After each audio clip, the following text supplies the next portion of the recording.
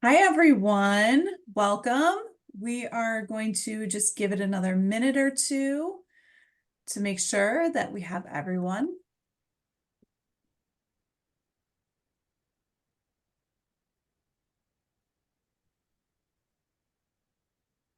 Hello, welcome, welcome. I hope everyone is having a lovely day. We're going to just give it one more minute or two just so that we can make sure that as folks join us.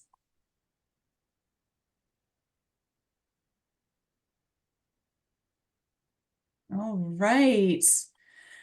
Well, hello everyone. Welcome. We're excited that you're here with us tonight. My name is Tracy Zappola. I am a admissions officer here at Syracuse University. I'm really excited that you're with us this evening. Congratulations on your admission to Syracuse University, first and foremost. We are so excited to welcome you, hopefully, to our Orange family. We're here this evening to talk a little bit about some of our incredible resources and highlighting one specifically, which is our Center for Disability Resources. So I am joined by two of our incredible colleagues, Judy Knock and Karen Toole, who will tell you a little bit more about the Center for Disability Resources. We will, throughout the evening, take your questions, so feel free to use the Q&A feature, and we'd be happy to answer your questions. We'll leave time at the end for live questions as well. So Judy, Karen, I'm going to hand it off to you.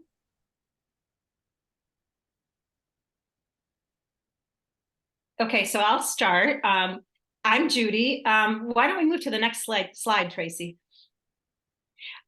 So I am one of the associate directors in the Center for Disability Resources, and we're here tonight just to talk about our center. And I know that we've done this a few times, so we know a lot of the questions that families and students have. And so we want to tell you a little bit about ourselves. As associate director, one of the things that I do is I supervise the access coordinators, and we have 6 full-time access coordinators in our office that work directly with the students. But I want to start by talking about the vision of CDR. And one of our visions at CDR is over the next decade, CDR endeavors to become a leader in creating a cultural shift in higher education. We do that by promoting disability and diversity and inclusive excellence. And by the way, this week is Disability Pride Week. We have a full calendar of activities that are going on campus for Disability Pride Week. Next slide, please, Tracy. So some things about our mission and our purpose. As we value diversity, our goal is to promote access to educational opportunities, and this is for all students. So I won't read the whole slide, but some of the highlights are that our office is here to empower the students, to enhance equity, and also we want to provide a platform for innovation and inclusion. And we do this providing a platform by using new technologies, and introducing students to maybe ways to seek accommodations that perhaps you haven't tried in the past. So one of the major goals is to mitigate any kind of disadvantage or an environmental barrier that might impact the learning of a student. And we do this by supporting the faculty in the classroom with accommodations and with testing accommodations. And we work with our colleagues across the university. We strive for universal design. And when there's universal design in the classroom, it leads to less need for accommodations for individual students. And we do provide individual accommodations when universal design is not available. So, so students who are accustomed to having accommodations in high school, we welcome you to register with our office, and I'm going to get to that in just a second. And to create a plan, but also we're here to support students so that they become independent and they become self-determined in their decision making. And we're here as a support. So also we embrace the concept of disability as diversity, and we're committed to creating a new context for disability. So you probably hear a lot about DEI in different institutions: diversity, equity, and inclusion. At Syracuse University, we call it DEIA, and the A at the end stands for accessibility. So we really want to make our campus accessible to everyone. So I'll do the next slide, please, Tracy. So probably what everyone wants to hear about is the transition to college and what to expect. So I will just go to the next slide. That's what we're going to talk about next. So everyone should anticipate differences in the students' responsibilities. There's a difference in the parent role. There's differences in different types of classroom or testing accommodations, and in teacher and faculty engagement. And there's a difference in the work that students do. Much of the work is out of class. Students will find that they're in the classroom not all day long, but you have classes that are, scattered throughout a day, and some days are heavier than others. And also the level of academic support may be different for the student. It could be different. And just how you seek that out too. And like I just mentioned, the schedule is very different at the college level. So that's what I think everyone's already anticipating in differences, but I'm going to go dig into that a little bit more. Next slide, please. So how do students connect with CDR? So the first thing that you want to do is register. Students register by going to the CDR website, which is disabilityresources.syr.edu. And our website has a lot of information, but our link to our registration itself is on our website. And students who are committed to coming to Syracuse University can register right now. And what happens if you register right now is you will receive a letter saying, thank you for your registration. And then in the summer, like probably after your high school graduation, you'll be assigned to a specific access coordinator for a welcome meeting. So the welcome meeting is the first meeting where students and the access coordinator begin to talk about the plan, the access plan, and getting an accommodation letter. So we engage in what's called the interactive process. And that is a meeting where students share what really works for them, and they learn how to request particular accommodations and learn about other additional resources. And all students are encouraged also not just to talk with their access coordinator about their accommodations, but also to communicate with the instructors or professors, anybody else on the campus stakeholders, say for instance, an academic advisor. You may want to, carefully select certain types of classes, especially in your first semester. And this continues with this interactive process that I'm talking about. Next slide, please. So the interactive process is when it begins when the student registers, because our registration form is pretty extensive. So it's going to take probably a half an hour to 45 minutes for the student to fill out that form. And that's the beginning of the interactive process. And then they have a meeting. We try to get a lot of meetings accomplished in the summer. Before the first week of classes, we continue to have welcome meetings, at the beginning of the semester. We do it throughout the whole year, actually, but we know that students really do want to start with an accommodation plan from the get-go. So we like to do it in the summer. That way, we can share. It is a lot of information to take in, and we can share it, step by step. So together, the student and the access coordinator meet and discuss the different types of accommodations that they might need. And this conversation is the crux of the access plan. So the biggest question I get from parents and students is, what kind of documentation do I have to have? And how recent does that documentation need to be? And we welcome students to provide us with a variety of types of documentation, like if a student had a 504 plan in high school or an IEP, it's great information. If there's an evaluation that was done at some point in time, even if it's old, we do not have any kind of strict guidelines as to how recent an evaluation needs to be. And I know that this is a question coming out of high school that a lot of students ask us, like, should I have a reevaluation before I exit high school? And that's not necessary. And sometimes if a student didn't have a 504 or an IEP, but they have some form of documentation, we have what's called a provider verification form that we can provide. And sometimes, a doctor or another type of professional can fill that out. But it's not going to hold up the welcome meeting. So if paper documentation is not at hand, then it's not necessary to provide that. We will have the welcome meeting. And if there's something in particular that we need, we'll discuss it during the welcome meeting. This begins the interactive process and an ongoing relationship with CDR. Next slide, please. So creating the access plan.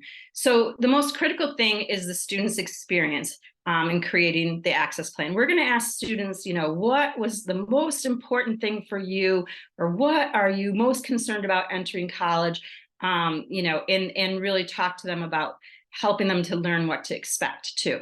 The student and the access coordinator will create this accommodation letter during the welcome meeting. And the accommodation letter will serve as a communication tool to the instructors and professors.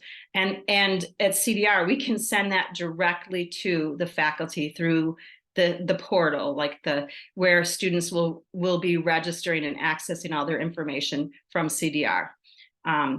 So the accommodation letter is renewed online by the student every single semester, and then it can be sent out to any new instructors in say the second, third, fourth semester. So everything is done online. We can also have our meetings through Zoom. We do that a lot during the summer, but we also welcome students to come into the office and meet face-to-face whenever they'd like, whenever it's possible. We try to be very flexible with that because we're really trying to ensure that students that register with our office have a very similar experience as all other students. We don't want being part of CDR to be a lot of extra work or a burden. Next slide, please. So how does your experience shape your access plan? So the student's experience, their self-knowledge is discussed in the welcome meeting, and college level accommodations are reviewed together in the conversation. Students and access coordinators will create the letter based on the conversation, and they'll talk about effective means to address their access needs. The access coordinator and the student talk about what worked well in high school and what will be needed at the college level. The conversation also will cover how college level accommodations sometimes differ from high school accommodations, and when needed, alternative means of ensuring access are explored. So I think that sometimes students will ask about particular accommodations, and we always tie particular accommodations to the student's experience or to the disability itself and what the need might be. Next slide, please. So coordinators will be your advocate for access. So the access coordinator's role is to support and guide you in ensuring that you have equal access to your education. Access coordinators help students to find ways to communicate with instructors or advisors and support services on campus. We think of self-advocacy as a skill that all college students need to learn and to develop, not just students with disabilities. We oftentimes hear that, a student with a disability has to learn how to self-advocate for that disability. But the fact is that all students coming to college are learning the same skills. And we're definitely an excellent resource. We do things like help students to, draft an email to a professor when they need to. We're here to support the students in very appropriate ways. Approaching instructors and talking about accommodations can be intimidating. So we as coordinators discuss and we can practice some strategies to engage with instructors. And a lot of things are done electronically, but we still encourage students to make personal connections. Next slide, please. So some of the student responsibilities is the students give timely notice of need. That means that students register with CDR. A student may have had a 504 or an IEP in high school, but if they don't register with CDR, that is their responsibility. It's no longer the school's responsibility, but it's the individual's responsibility to make the request. The student's responsibility is to provide documentation. And when we say documentation, we always think about paper, but sometimes documentation can be,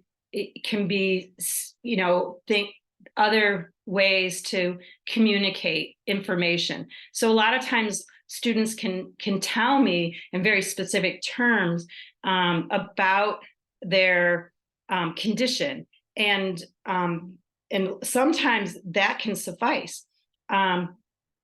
So students also have a responsibility to engage in the interactive process with CDR, and they also have a responsibility to communicate with their faculty and staff as appropriate to address any particular need. So, really, it's this. What that really means is the student needs to start the process and has to communicate and let people know if they need something in addition. Students also have a responsibility to sign up. We have like a 48-hour deadline. Students have to sign up 48 hours in advance to notify faculty of any test accommodations they might be utilizing in CDR. And students also have a responsibility to notify, any concerns regarding the quality of accommodations to CDR. So if something's going on and the students don't share that info, then we cannot respond. So it's the communication is a two-way communication. Next slide, please. So want to talk about like where some of our resources are located. And so we do have a disability resource portal. So all students will have access to MySlice, and on MySlice, there's the student disability portal. And once you register, that will be the place that students will access information through that disability resource portal. So they can access their accommodation letters. Any letter CDR sends will be in that portal. This is where they renew accommodation letters, or this is where they can request supplemental accommodations or make appointments with a coordinator or sign up for exams. There's a lot that can be done in the disability portal that everyone will have access to once they register. The other main resource that students have is their access coordinator. So developing that plan, that's the liaison between the student and the faculty. They help with advocacy and transition through college. They'll counsel you through some issues like that. And they can mentor students with faculty conversations and also facilitate referrals. So for instance, like if a student is looking for academic support, helping to understand that and helping you set yourself up for success. That's what the access coordinator is for. Those are just several of our resources. Next slide, please. Here's a few more. So CDR does have some academic support, and Karen's going to talk about that. We also have assistive technology, we have training, and we have like loan programs, and we have certain tools that we help students with. And we have a note-taking coordinator who helps students that want to learn some pretty cool note-taking applications. We also have things like we have accessible transportation for students with a mobility disability. And another resource that we have is we have our own honor society. So we invite our students that are registered in CDR to join Delta Alpha Phi, this International Honor Society. When we have high-performing students, we want to recognize that hard work and that accomplishment. We have a peer mentoring program, and we also work with other units on campus to provide a living learning community. And it's the Disability, Diversity, and Inclusion Pride Living Learning Community, which is a really neat learning community that we hope that students will consider joining. So they've got some great activities. Next slide, please. So I guess we'll wait to the end, probably, Tracy, for questions. We'll let Karen talk.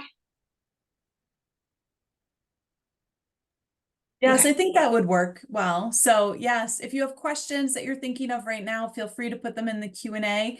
And then at the end, we will have an opportunity to answer some of those live. Okay. Sounds good. Hi, everyone. My name is Karen Toole. I'm Assistant Director of the Academic Support Unit and On Track at SU, our fee-based coaching program. I'm going to talk about both of those. Next slide. Yeah. So here's academic support.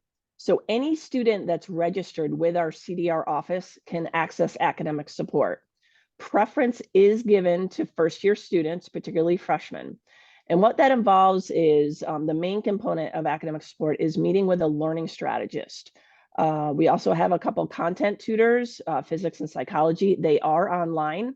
And then we help students connect with other campus resources, such as the Center for Learning and Student Success.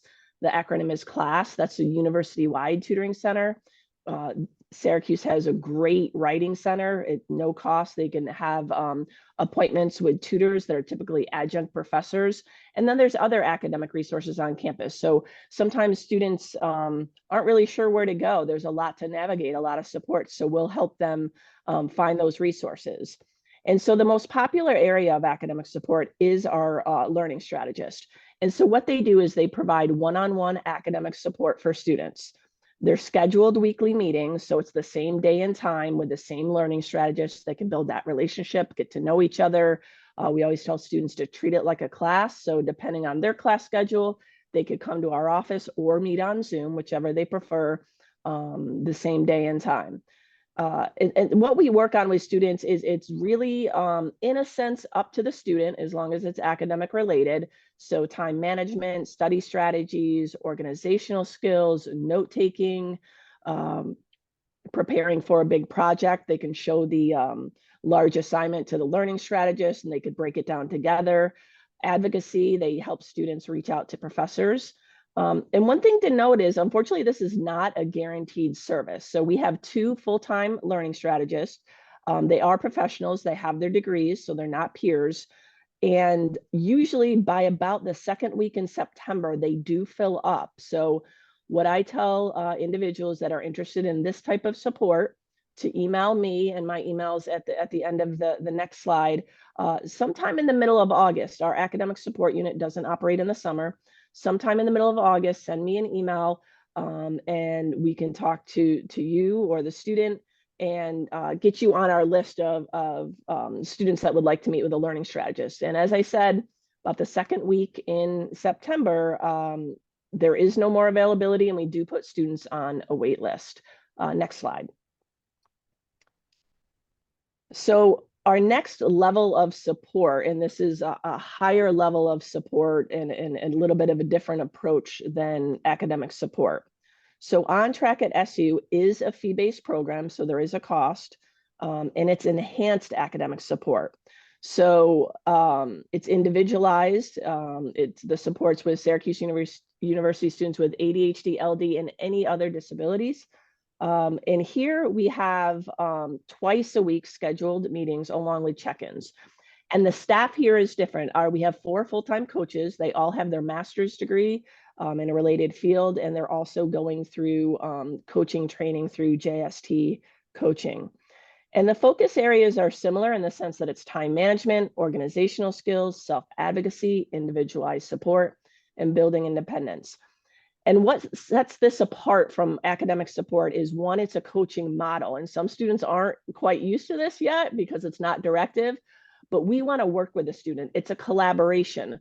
So the student and the coach work together to understand where the student needs are, to talk to the student about what's going well and what's not. Obviously, academic piece is a big part of that. But On Track at SU is holistic in nature. And what that means is it supports the student with their entire transition to college. I always, when I talk to, students or parents that are interested in the program, I always joke about the fact that they're actually going to be managing their life. So yes, school's a big part of it, getting your work in, managing all that. But you don't have anybody that's going to knock on your bedroom door and wake you up for that 8 o'clock class. You don't have somebody telling you what time you need to get to bed. And so the social emotional piece of connecting to peers and finding your interests, and even doing laundry, and you don't have a designated lunch break, and how do you navigate all that? And those are can be a barrier for some students that lead them to need a lot more support. And what's important to know, those examples that I bring up are all examples. Just as I said, this is very student driven. And so we look for the student to tell us what it is they want to work on, whether it's that session, week to week, appointment to appointment. We set goals with them in the middle or at the start of the semester. And those goals are decided on by the student. And what we want to do in this coaching model of asking open-ended questions and working with the student on collaboration, the idea of that is to get the students to think for themselves, to make decisions for themselves, and it allows them to be accountable to themselves, right? When they're the one in the driver's seat, they're deciding how they want to maybe study for an exam or make decisions on what they're going to do that weekend as opposed to the work. Obviously we don't lead them astray. They've made some poor choices, and then maybe we get a little more directive on what it is they want to do. But we really want them to grow as individuals, to grow as students, to really learn about themselves in this environment, and take those behaviors and skills, not just throughout college, but take them with them after college. And so we take 50 first year students. Right now we're at about, we've accepted about 22. Again, anyone interested in this program, my email's at the bottom. You can also go to the CDR website, and it has On Track at SU, and academic support is off to the right side for more information. But I really encourage anybody interested in academic support or On Track, please go ahead and email me anytime. I set up phone calls with people. I'll talk to them on Zoom, on the phone, through email. Even if you just have questions or are curious, feel free to reach out to me. Next slide. So thanks. That kind of covers some and most of what we do, but we'd be happy to take questions from everybody. Yes, and we do have some questions. So since Karen, you were just on the spot, we'll stay on the topic of On Track. How is the cost determined for On Track? You mentioned that it is a fee-based program. Yeah. And so it is a set fee of $3,200 a semester. We do ask for a full year in the program. And the reason why it's fee-based, I do like to point out, I know, college isn't cheap for anybody. This program is not university funded. It's really kind of almost operates like its own nonprofit within CDR. We were lucky enough to have a gentleman, Ray Pascal, on the board of trustees, provide us with some seed money to get it started, but it's a self-sustaining program. And the coaches' salaries and everything that comes with that and training is supported by those fees. There is financial aid to those students that are eligible, and that's something you can contact me with, and I'll get you in touch with the financial aid office.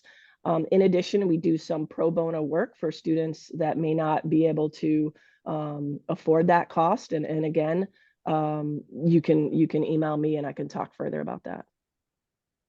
Thank you. Can a student that's utilizing On Track also work within academic, sign up for academic support, or would On Track be covering that? Yeah, we wouldn't meet with both. And that's a great question, because students often ask that. So we wouldn't have a student do both academic support and On Track. And the reason is two different staff, so not the same person. So you'd be working with one person over here and then another person with the 2 appointments. And it's really about building that that relationship and getting to know each other. And so we just wouldn't want 2 different people working with the same student. It might be confusing. It might be too many appointments. But whatever one they're in, academic support or On Track, if they feel like it's not enough support or things are falling through the cracks, then they could work with that person or contact me, even if they're in the program. and let us know, like, hey, I think I need some more support, or this isn't going well, or, you know, whatever it looks like for them, because there's always more we can do for the student. But Karen, Yeah. another piece of that would be a student could be working with an on-track coach, but they may need a tutor in, say, a calculus class. Yeah, I'm not referring to content tutors. Obviously, any content tutoring, of course, they would, you know, we would connect them with that. But as far as the learning strategist piece, they wouldn't work with that individual. I As far as the students that stick with on track, so if a student's in on track for less than a year, and then what percentage perhaps move over to a learning strategist? Is it only available for your first year? Yeah, so it's mostly available for our first year. We have made exceptions to students returning, or students that maybe took a semester off or a year off, things maybe didn't go well and they're coming back. So there are, you know, we'll look at every individual case. So students in the program for the first year have the option to stay in the program for the second year if they want. And it's a scaled back version.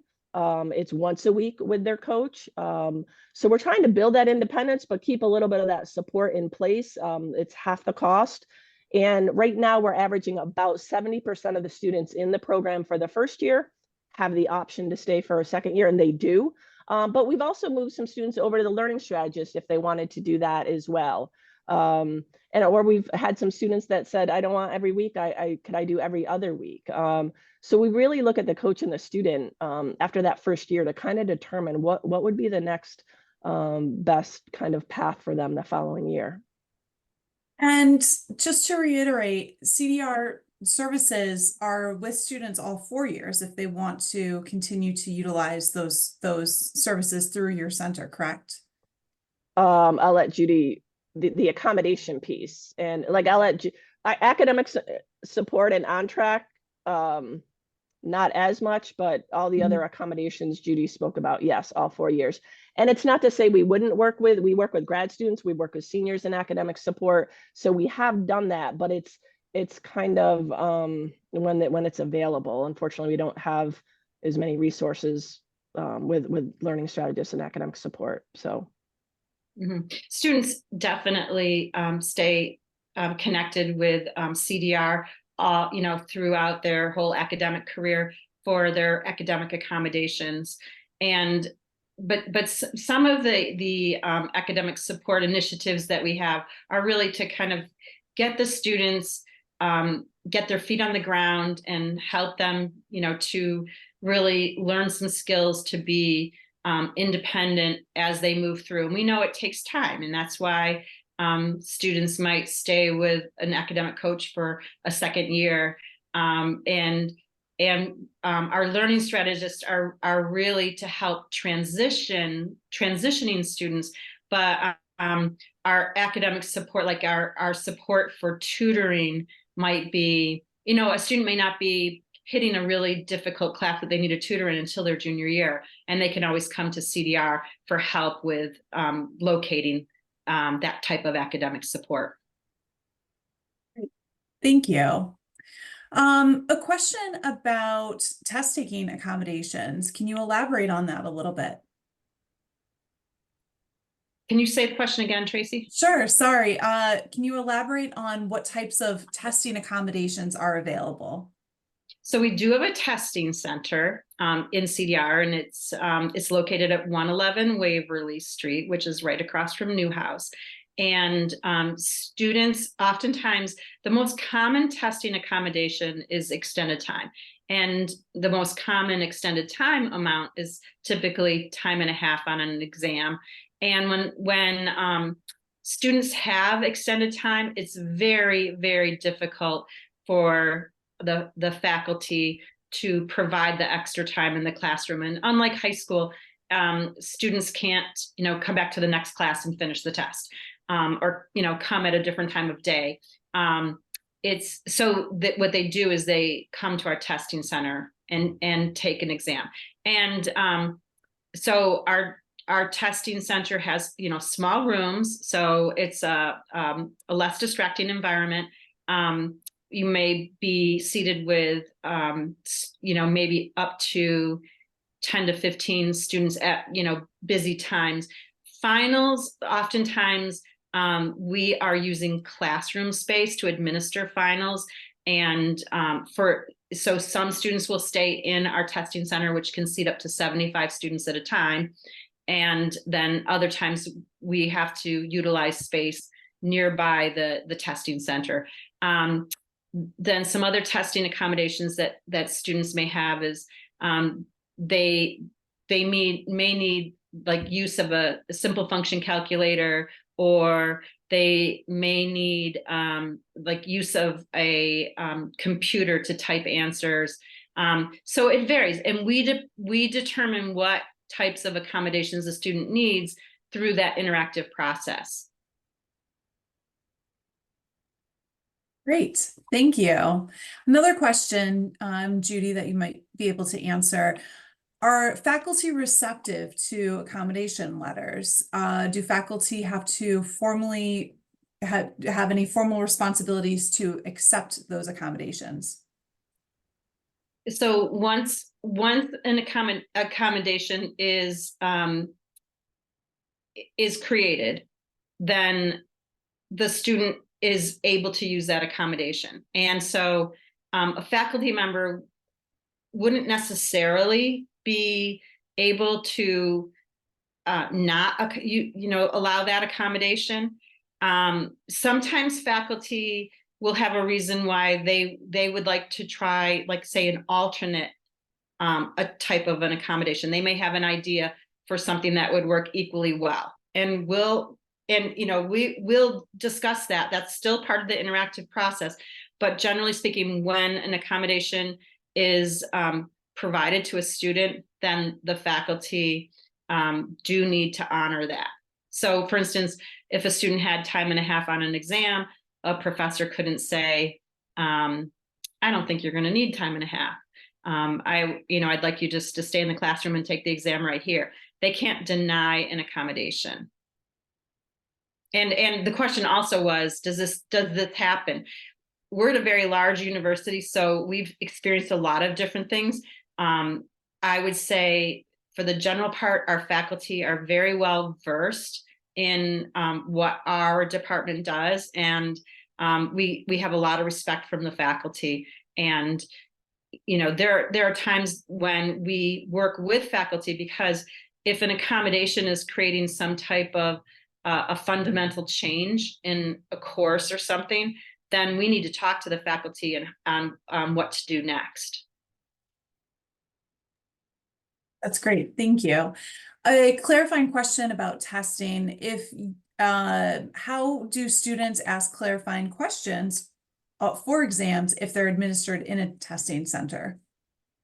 So one of the things that we do is when we get the exams from the instructors, they send the exam over. One thing that we ask them to provide is, how do we get in touch with you when the student is here taking the exam?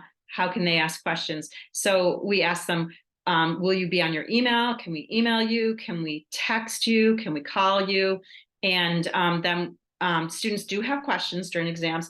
And what they generally do is they tell our staff, I have a question, and then our staff reaches out to the instructor, and we get in touch with the instructor during the exam.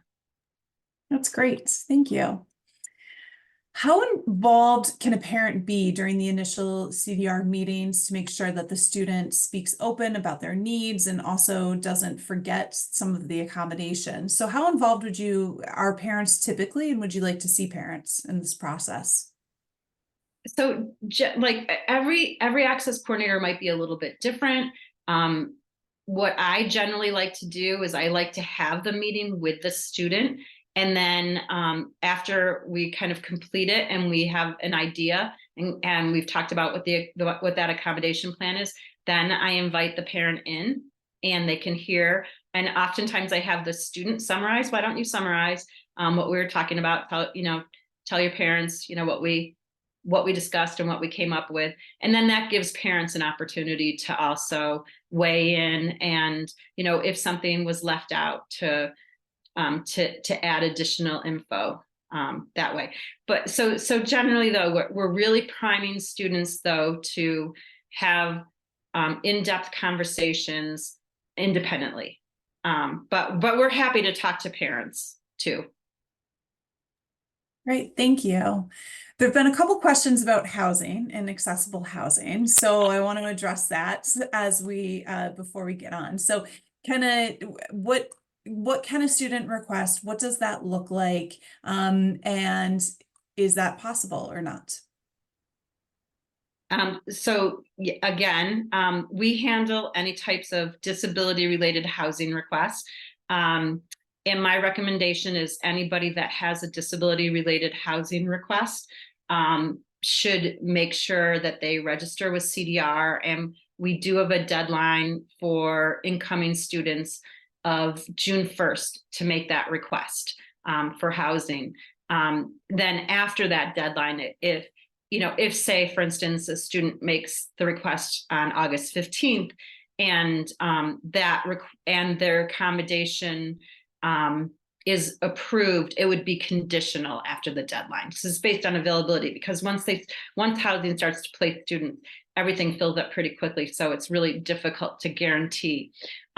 So students can make it. And what I recommend to everybody is that we very carefully scrutinize housing requests, because we have to look at if they're, what the barrier to the expectation of, student living would be. Like, what's the disability barrier? Is there a connection? So it's definitely not preference, it's definitely need. When it's there's a disability need, we very carefully consider it. We have a committee that works together. So it's not an individual access coordinator's decision. The access coordinator would meet with the student and they would go through the interactive process and talk about housing, but then that request is brought to committee, and the committee then makes a group decision on whether it's an access need. Great. And then we just had a question about emotional support pets. How are these handled? Are these allowed? And what kind of housing is available? So that is part of housing. That would be a housing request as an accommodation. So it would be the same process as any other housing request. There are some pet friendly spaces on our campus where students can have a pet, and that tends to be more sophomore year though, because it's on the South Campus apartments. There's a dedicated buildings that are pet friendly, and there is actually a dog park out in South Campus too. But it's the same process with an emotional support animal as any other housing request. Absolutely. Thank you. Karen, back over to you. Can you clarify the difference of the level of support that a student would receive from a learning support or access support person as opposed to on track? So you're referring to the learning strategist and academic Yes. support, or the coaching on track? Yeah. So a couple different ways I kind of explain it. One is the amount of contact. So learning strategist and academic support would just be once a week. There's really not too many check-ins or communication throughout that week. On track, it's twice a week appointments, and there is some check-ins through text or email depending on what the student has going on. In addition, learning strategist academic support is just that. It's really just academics, time management, executive functioning, academic resources. On track is holistic in nature. It's really about their entire transition. So everything that comes with academic support would be an on track, but it's also decision making, the social piece, connecting to campus, not just academically, decision making. Basically, what I say in on track, we will support the student and work with them in any way except mental health. We're not therapists. So when it starts to get into that territory, we'll make sure they're connected. But any other way the student wants to work with the coach, they can. So again, it's about that entire transition. And then also on track is a coaching model. So the way the staff and on track work with the student is different. It's open-ended questions, it's a collaboration, it's really creating that kind of decision making on the student's part, having them think through things. We're building that accountability. Whereas the learning strategist academic support would just be pretty straightforward of, okay, all right, let's look at what you have this week. Okay, let's plan it out. You know, there's not working on those behaviors and skills. So definitely a higher level, more holistic and more touch points with On Track. But they're both wonderful. We have a lot of students that think about On Track and it's like, whoa, I don't need all that, but I sure would like somebody to meet with just to help me, you know, get organized and understand the academic expectations of college. Great. And then a follow-up, is it On Track is a full year commitment or just a one semester at a time commitment? It's a full year commitment. So there is a contract. We ask the student to be in the program for the full year. The biggest reason is the fall semester and spring semester could look very different, unlike high school where you're in a lot of the classes the same year. You're going to have different classes, different professors, a different schedule. Typically students are involved in more things outside of the classroom in spring. So now you're really managing your time. So we do ask for a full year in On Track. And then as students do get involved, if they were part of On Track and they're meeting twice a week, but for whatever reason they want to drop down to once a week, the second semester, is that possible, or do they continue to do the twice a week meeting with them? Yeah, you know, you know, nothing's set in stone, and we take things on a case by case basis. So we've been fluid with a student that's really doing great and On Track. They've had a wonderful first semester. They don't want to lose that support. They've built a great relationship with their coach, but maybe once a week would be better. And that's where I look to the coach and the student. I may not even really, I know who the student is, but I'm not working with them. So the coach and the student will talk, I'll talk with the coach, and it'll kind of be a group decision. And so, yeah, if it's kind of determined that that might be the best for the student, we'll look at some different options like that. And one more question, is the fee for On Track, is it all up front? Is it a monthly payment? Is there a payment plan for it? It's all through the bursar's office. Mhm. So it would go once a student determines they would like to do On Track. I alert the bursar's office. It would go on the bursar's bill like any other fee or cost. And then that's how it's submitted. So I don't know too much about the bursars if they have payment plans or how the university takes payment. So, okay. So unfortunately but yeah, so you would work with the university bursar's office on payment. It wouldn't come to us personally. Fabulous. Thank you. A quick question, or maybe not quick, about documentation. So what types of documentation should be provided to your office, and can they get in touch with you now over the summer so that everything is lined up before the semester ends or begins? Sure. Yes, talk about documentation first. So what we see mostly are we see evaluations.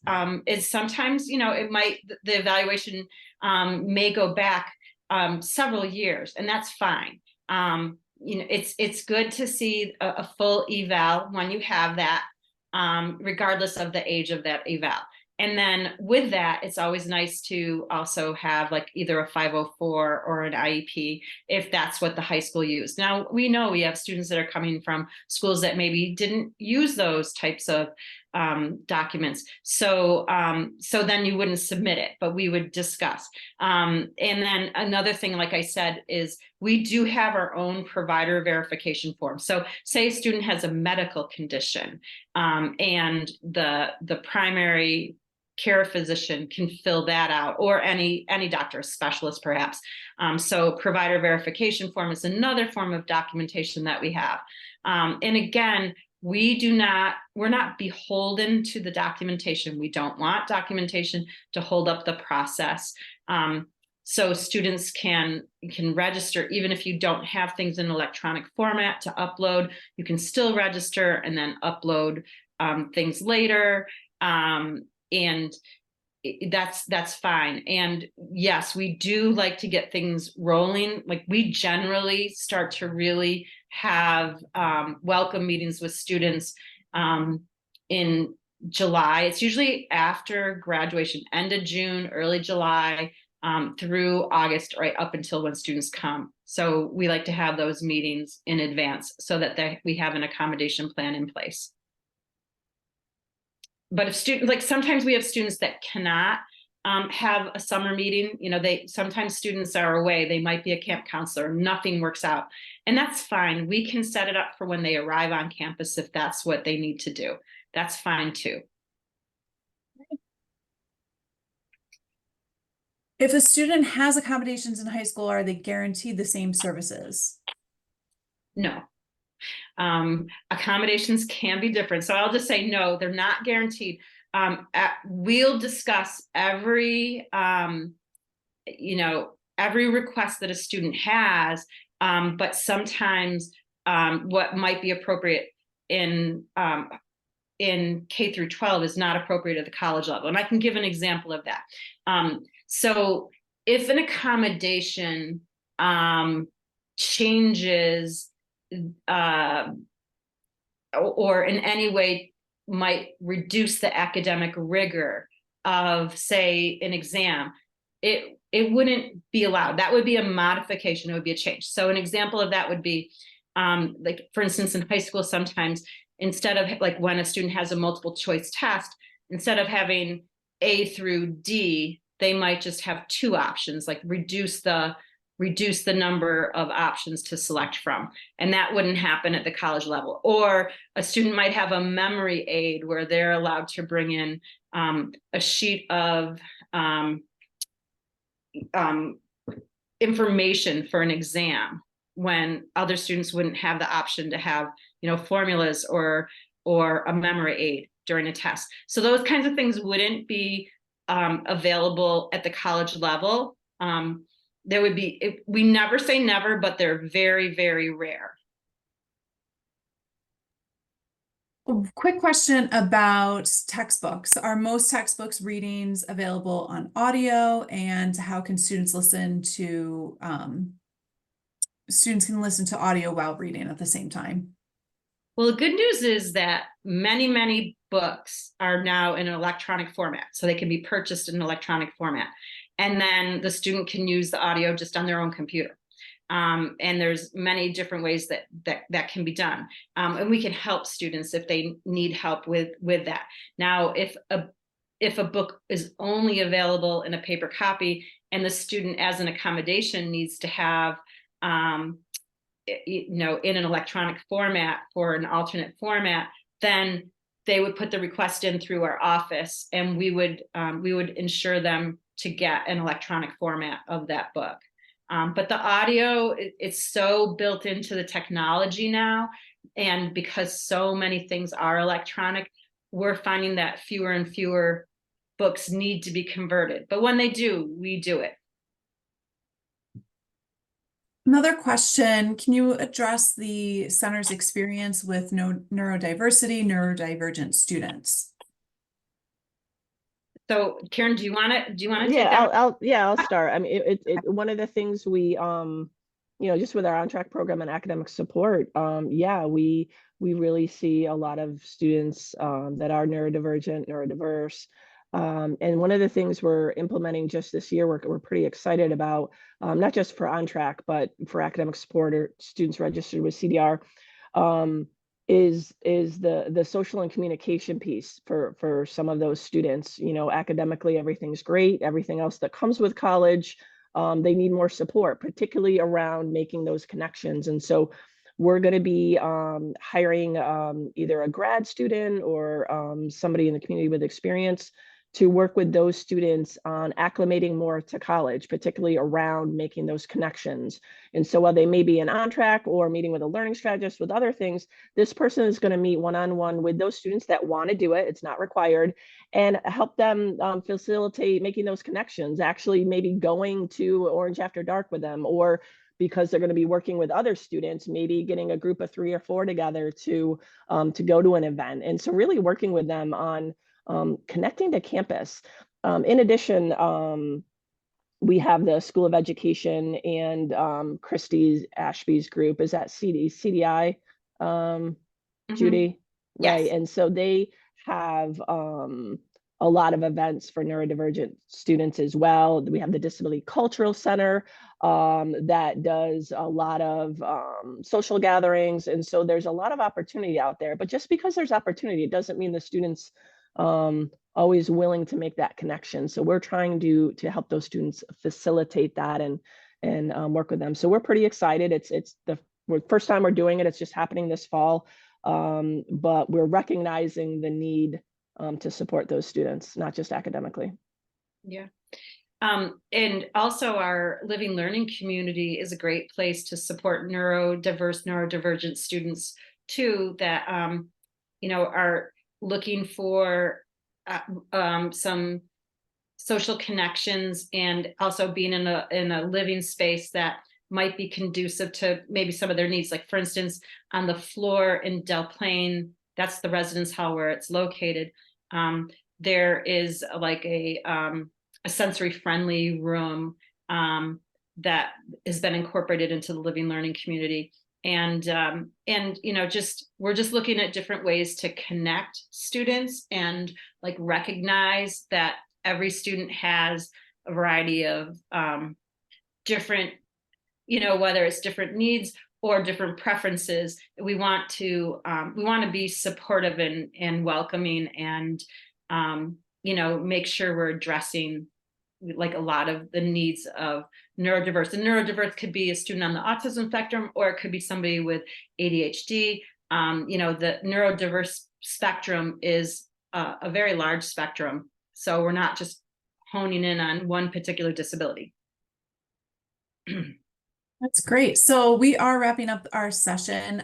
So I want to make sure that we put in the resources to connect with CDR and the Office of Admissions. So I'm putting in, I was just making sure I had the right email address, and I'm typing it into the chat right now. Oh, forgot the word resources. It's disability resources at syr.edu.